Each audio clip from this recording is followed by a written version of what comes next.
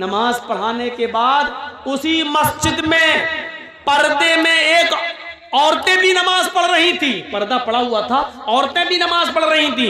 एक बूढ़ी औरत आती है पर्दे से, कहती है अमीरुल मोमिनीन मुझे आपसे कुछ कहना है। बोला क्या कहना चाहती हो, बोलो।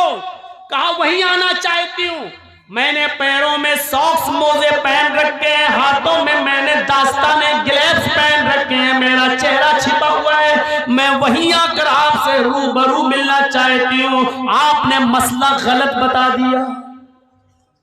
हजरत उमर फारूक से कह रही है एक औरत कि आपने मसला गलत बता दिया। हजरत उमर कहते हैं मैंने गलत बता दिया कि हाँ आओ इधर। औरत, बूढ़ी औरत गई, कहा अमीरुल मोमिनीन आपने इस मिंबर पर खड़े होकर ये कैसे कह दिया कि कोई भी आदमी अपनी बीवी को 400 दिरहम से ज्यादा मेहर नहीं दे सकता। हजरत उमर ने कहा मां, बूढ़ी मां, अल्लाह के रसूल ने अपनी बीवियों को 400 दिरहम से ज्यादा नहीं दिया, अपनी बेटियों के निकाह में 400 दिरहम से ज्यादा मेहर नहीं रखा। फिर उस औरत ने क्या जवाब दिया अमीरुल मोमिनीन, 400 दिरहम देना एक अलग बात है, लेकिन 400 दिरहम से ज्यादा नहीं दे सकता है कोई मर्द। क्या ऐसी कोई हदीस है आपके पास? क्या अल्लाह के रसूल ने 400 दिरहम से ज्यादा मेहर देने को से मना किया? ऐसी कोई हदीस है आपके पास? तो हजरत उमर ने कहा मां मुझसे हदीस क्यों मांग रही हो? क्या 400 दिरहम से ज्यादा भी कोई मेहर दे सकता है? ऐसी कोई हदीस है तुम्हारे पास? यह हजरत उमर ने उससे पूछा, ऐसी कोई हदीस है तुम्हारे पास? उस बूढ़ी औरत ने जवाब दिया अमीरुल मोमिनीन 400 दिरहम से ज्यादा भी मेहर दे सकता है, हदीस नहीं कुरान की आयत मौजूद है। हजरत उमर ने कहा कुरान में है? मैं रोज कुरान पढ़ता हूं। कहा रोज पढ़ते हो तब भी आपको नहीं मालूम? जल्दी बताओ। आए बूढ़ी औरत, आए मां, जल्दी बताओ वो कौन सी कुरान की आयत है जिसमें लिखा हो कि 400 दिरहम से ज्यादा भी दे सकता है शौहर अपनी बीवी को मेहर। उस औरत ने, बूढ़िया ने कुरान की आयत पढ़ी, व आतैतुम इहदाहुन्ना किंतारन फला ताखुजू मिन्हु शैआ। सोचिए,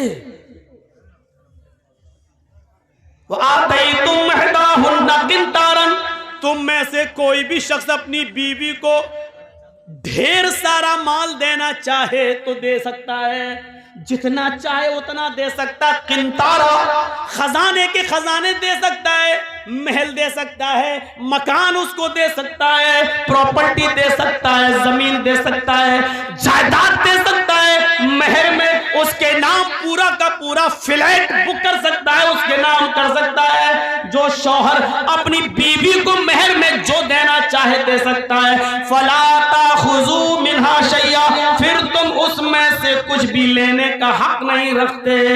कोई भी उस औरत से छीन नहीं सकता, ये उस औरत का हक है, उससे कोई उसका हक नहीं छीन सकता है। शौहर भी दे तो फिर वो भी वापस नहीं ले सकता। आए उमर, जब दिए हुए माल को शौहर नहीं ले सकता है तो आप कैसे ले सकते हैं? आपने ये कैसे कानून नाफिज कर दिया?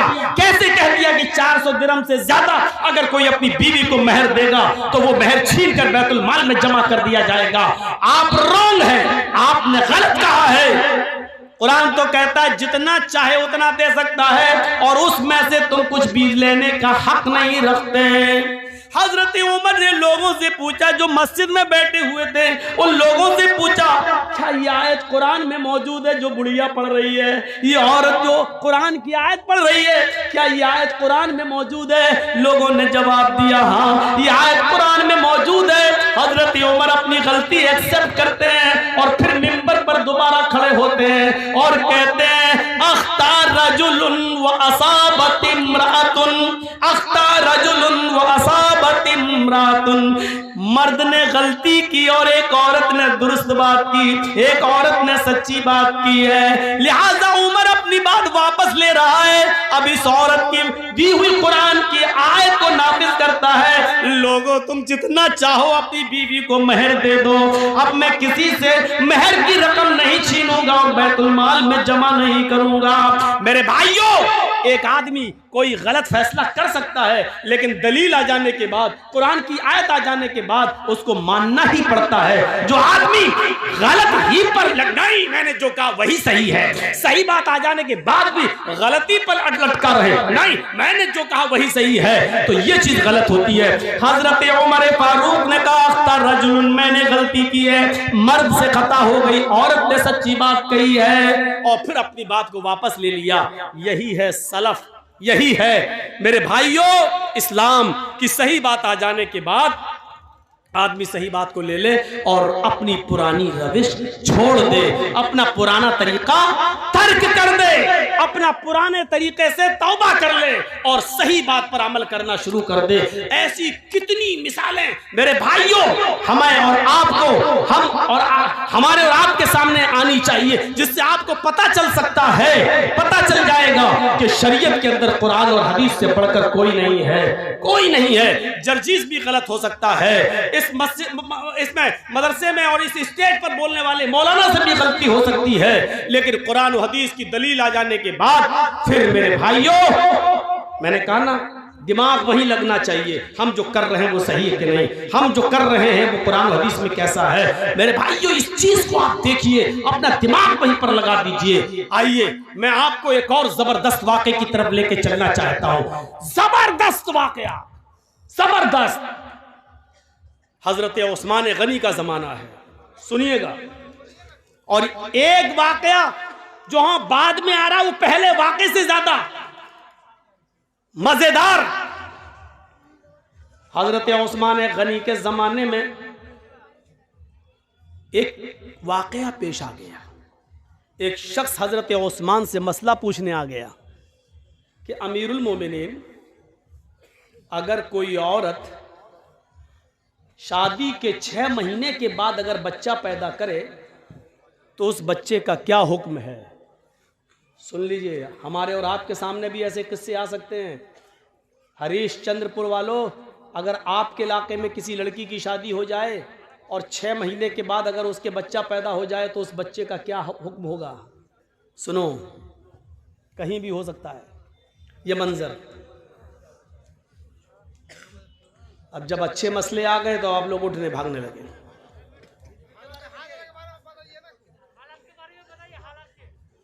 अब हम हर आदमी के कहने पर तो नहीं चल सकते हैं भाई।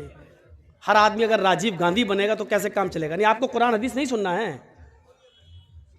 ये जलसा आपने दीन के नाम पे किया है कि योगी और मोदी के नाम पे किया है।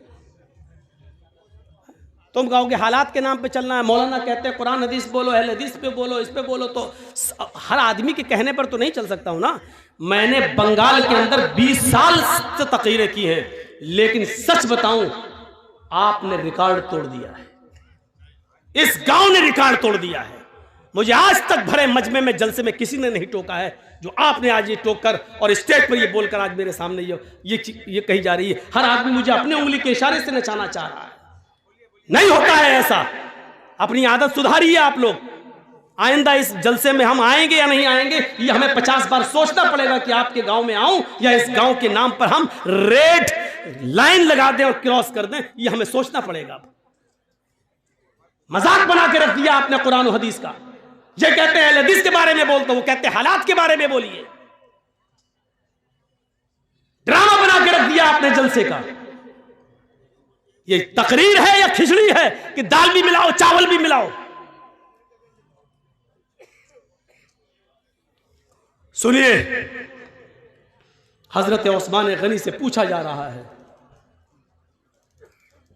कि 6 महीने में अगर बच्चा पैदा हो जाए तो क्या हुक्म है उसका।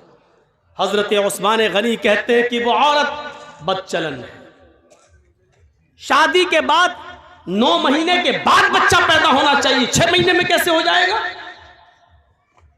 कहने लगे अमीरुल मोमिनीन, मेरी शादी को 6 महीना हुआ है, मेरी शादी को 6 महीना हुआ है और 6 महीने के बाद आज ही मेरी बीवी ने एक बच्चा पैदा किया है। समझ रहे हैं ना आप उस सहाबी के पूछने का मकसद क्या है। वो ये पूछना चाहते हैं कि अमीरुल मोमिनीन, मैं इस बच्चे को जायज़ बच्चा मानूं या नाजायज़। ऐसा तो नहीं कि मेरी बीवी का कहीं पहले कोई कांटेक्ट रहा हो और जिना की पैदावार हो और ये मेरा बच्चे का नाम पा जाए। हजरत उस्मान गनी कहते हैं कि बिल्कुल नहीं, वो औरत बदचलन है तुम्हारी, लिहाजा उसने 6 महीने में जो बच्चा पैदा कर दिया वो गलत किया है। ये जुमेरात का दिन था। जुमेरात का दिन जानते हैं ना, गुरुवार, थर्सडे था। जुमे का खुतबा जब उस्मान गनी देने लगे तो वो आदमी सामने बैठा हुआ था जिसकी बीवी ने 6 महीने के बाद बच्चा पैदा किया, वो बैठा हुआ है। हजरत उस्मान खुतबा देते देते कहने लगे, लोगों, इसकी बीवी ने कल एक बच्चा पैदा किया है और वो बच्चा 6 महीने के बाद पैदा हुआ है।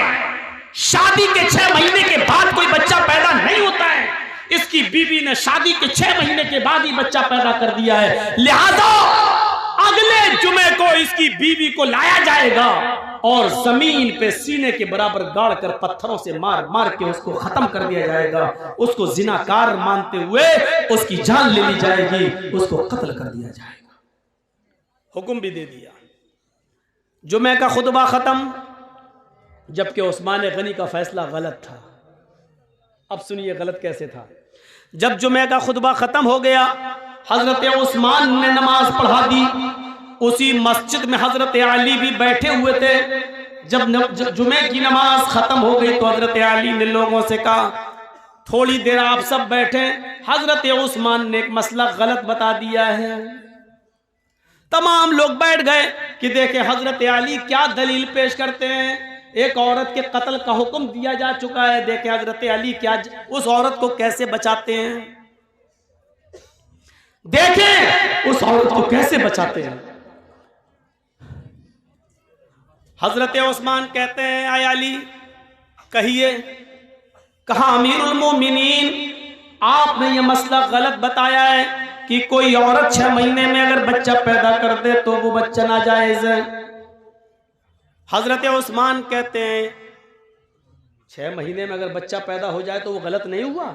हजरत अली ने कहा, नहीं, आज तक किसी औरत ने 6 महीने में बच्चा पैदा किया? हजरत अली ने कहा कि वो मेरा मामला नहीं है और उसका इल्म मुझे नहीं है, किया कि नहीं किया वो मैं नहीं जानता।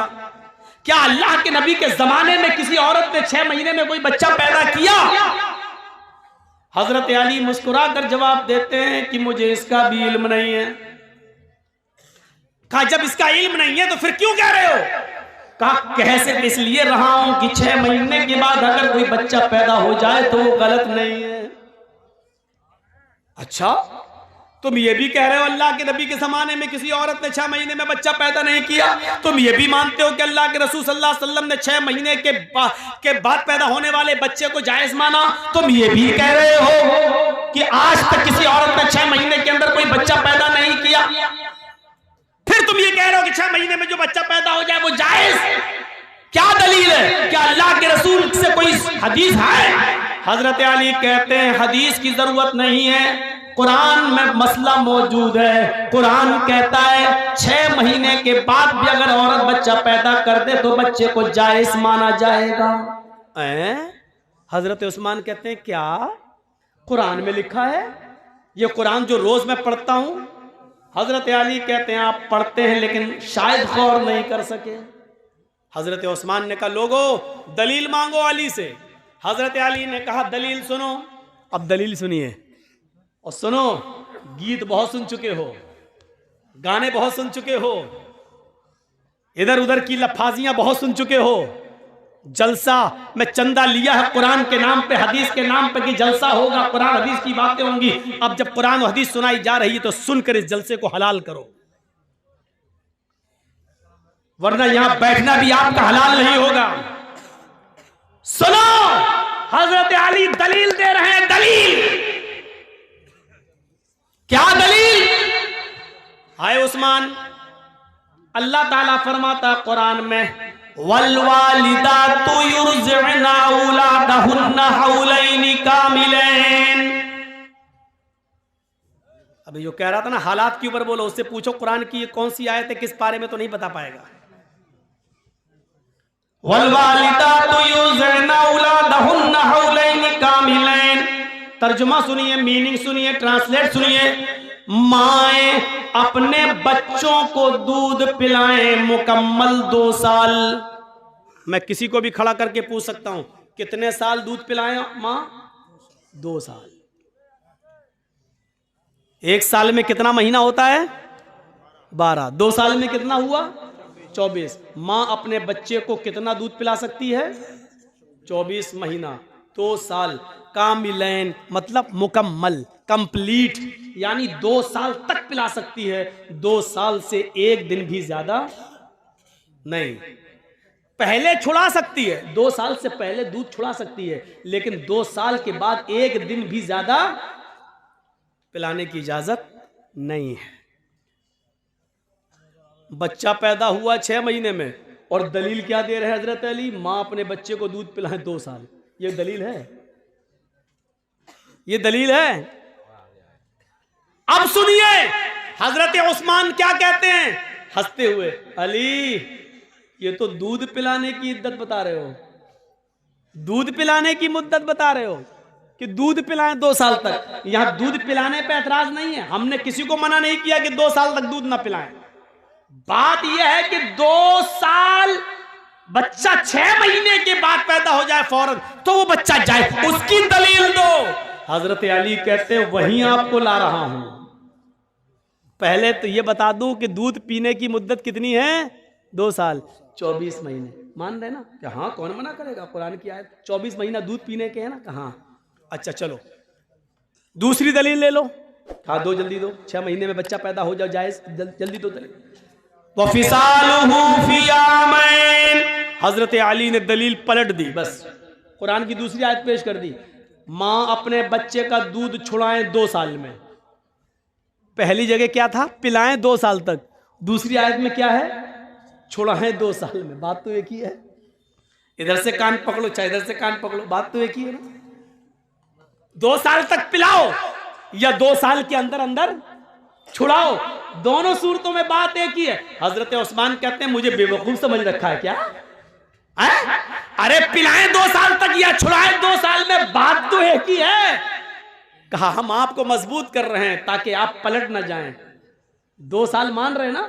क्या हाँ 24 महीने मान रहे ना? हाँ। ये किसकी इद्दत है, मुद्दत है? का दूध पिलाने की। दूध पिलाने की मुद्दत 2 साल है ना? क्या हाँ। अब सुनो तीसरी दलील, जिसमें अल्लाह ने हमल और दूध छुड़ाने की दोनों की गिनती को और मुद्दत को एक साथ बयान कर दिया है। कुरान में तीसरी जगह अल्लाह ने फरमाया वहमलुहु, हमल देखिए, वहमलुहु वफिसालुहु सलासून शहरन। वहमलुहु वफिसालुहु, औरत के हमल की और दूध छुड़ाने की मुद्दत 30 महीने है। कितना? सलासून शहरन। कितना महीना? 30। 10, 20, 30 कितना हुआ? 30 महीना। आए उस्मान, 30 महीना किसकी मुद्दत है? हजरत उस्मान कहते हैं हमल की और दूध छुड़ाने की। क्या मानते हो ना? दोनों की मुद्दत कितनी है? का 30 महीना। 30 महीने में 24 महीने आप अलग कर दो दूध छुड़ाने के या दूध पिलाने के, ये दोनों की मुद्दत है ना 30, और अल्लाह दूध पिलाने की मुद्दत 24 महीने बता चुका है, यानी 24 महीने तक बच्चा दूध पी सकता है। तो 24 महीने 30 में से आप माइनस कर देंगे, 30 में से 24 को माइनस करो तो कितना बचा? हजरत उस्मान कहते हैं 6 का वहमलुहु, यही हमल की मुद्दत है। वहमलुहु वफिसालुहु सलासून शहरन, यही हमल की अकल्ले मुद्दत है। यानी औरत कम से कम 6 महीने के बाद बच्चा पैदा अगर करती है तो वो बच्चा जायज माना जाएगा, वो बच्चा नाजायज नहीं माना जाएगा। 6 महीने से पहले अगर कोई बच्चा पैदा करती है औरत तो वो बच्चा नाजायज माना जाएगा, वो बच्चा हराम माना जाएगा। लेकिन 6 महीने के बाद अगर कभी भी बच्चा पैदा करती है तो वो बच्चा जायज है। ओफो, ऐसी नई नई बातें जो अभी तक नहीं सुनी हो वो तो सुन नहीं रहे। हालात पे बोलो। अरे हालात पे क्या बोलो? हालात तो यह है कि यूपी में देख लीजिएगा वही फिर आ रहा है घूम फिर के, जिसके सर पे बाल नहीं है। और क्या सुनना चाहते हो? हालात पे सुनना चाहते हो तो इन चैनल वालों को बुलाना छोड़ दो, इन पे पाबंदी लगा दो, हालात पे बोलना शुरू कर देंगे। ये लोग ऐसी ऐसी चीजें और हेडिंग बना के पेश करते हैं कि यूपी में 6 महीने तक हमारे ऊपर पाबंदी लग गई, हम यूपी में प्रोग्राम नहीं कर सकते। हालात पे तुम बुलवाते हो, पाबंदी यूपी में लग रही है मेरे ऊपर। इन लोगों ने, अभी मैंने वसीम रिजवी के ऊपर तकरीर की, मैंने कहा कि सब कुछ बदल दिया तेरा, सब कुछ बदल दिया। मैंने ये कहा मशीन कैसे बदलेगा? मैंने कहा खतना इशारा था, इन कमीनों ने मशीन तक बना दी, एडिट कर दिया, उसका फोटो बना दिया और उस शर्मगाह भी बना दी और मेरा फोटो भी लगा दिया। अब बताइए कि इनसे क्या उम्मीदें रखी जाए? आप कहते हैं हालात पे बोलो, अभी तकरीर खत्म नहीं होगी, सुबह का सूरज बाद में निकलेगा, ये अपलोड करके पहले डाल देंगे और सुबह मेरे घर पे सीआईडी पहुंच जाएगी। आप किसी के बेटे हैं, हम किसी के बेटे नहीं हैं। आप किसी बाप की औलाद है, हम किसी बाप की औलाद नहीं है। क्या हमें अपने आप को सेफ नहीं करना है? डरते हैं मौलाना, तो चल मेरे साथ कल से आना शुरू कर दे, मैं देखता हूं कि तू डरता है कि नहीं डरता है। मौलाना कलीमुद्दीन जैसे नेक मौलाना बेचारे हैं, आज वो जेल की सलाखों के अंदर है। आजम खान जैसी शख्सियत आज जेल की सलाखों के पीछे है। थोड़ा सा जुमला बोला गया, एक जुमला, आज सलाखों के पीछे है। आप क्या समझ रहे हैं? जो आपके सर पे बैठा हुआ है ये राम नहीं, रावण है, रावण। मौलाना जर्जीस को कल जेल में डाल दिया जाएगा। जर्जीस साहब चिल्लाते रहे कि मैं बेकसूर हूं। साहब कोर्ट में बताइए बेकसूर हो, और कोर्ट में मौलाना जर्जीस को अपने आप को बेगुनाह साबित करने के लिए 10 साल लग जाएंगे, और 10 साल के बाद कहा जाएगा मौलाना जर्जीस बाइज्जत बरी, कोई सबूत इनके खिलाफ नहीं मिला। लेकिन 10 साल का हिसाब किताब कौन देगा? कहां हैं आप? इन हालात को सोचिए। ये दौर दूसरा है। ये समझो कि ये दौर क्या है, एक घाट पर, घाट समझते हैं ना, एक घाट पर शेर और बकरी दोनों पानी पी रहे हैं। दोनों, शेर की तरफ से पानी बहता हुआ बकरी के पास आ रहा है। शेर जहां से पानी पी रहा है, बकरी इधर से पानी पी रही है, लेकिन पानी बहता हुआ शेर की तरफ से आ रहा है। शेर ने भी पानी पिया, बकरी ने भी। शेर ने बकरी से कहा, ए तूने इस तालाब में मुंह डाल दिया, तूने मेरा पानी झूठा कर दिया। बकरी बोली, जंगल के राजा, मैंने आपका पानी कहां झूठा किया? पानी आप वहां से पी रहे हैं, आपका झूठा पानी मेरे पास आ रहा है, मैं तो आपका झूठा पानी पी रही हूं। बात सही कही बकरी ने। पानी आप वहां पी रहे हैं और आपका झूठा पानी बहता हुआ यहां आ रहा है, मैं आपका झूठा पानी पी रही हूं। शेर ने कहा, अच्छा हमसे मुंह भी चला रही है, जबान लड़ाती है। आया और ऐसा पंजा मारा कि उसकी खोपड़ी अलग हो गई, तन अलग हो गया और उसको भी खा गया। यानी उसको खाने के लिए बहाना चाहिए था। जो रावण तुम्हारे ऊपर बैठे हैं उनको सिर्फ गिरफ्तारी के लिए बहाना चाहिए बस। क्यों नहीं समझ रहे आप अपनी सफाई में भी कुछ नहीं बोल सकते हैं।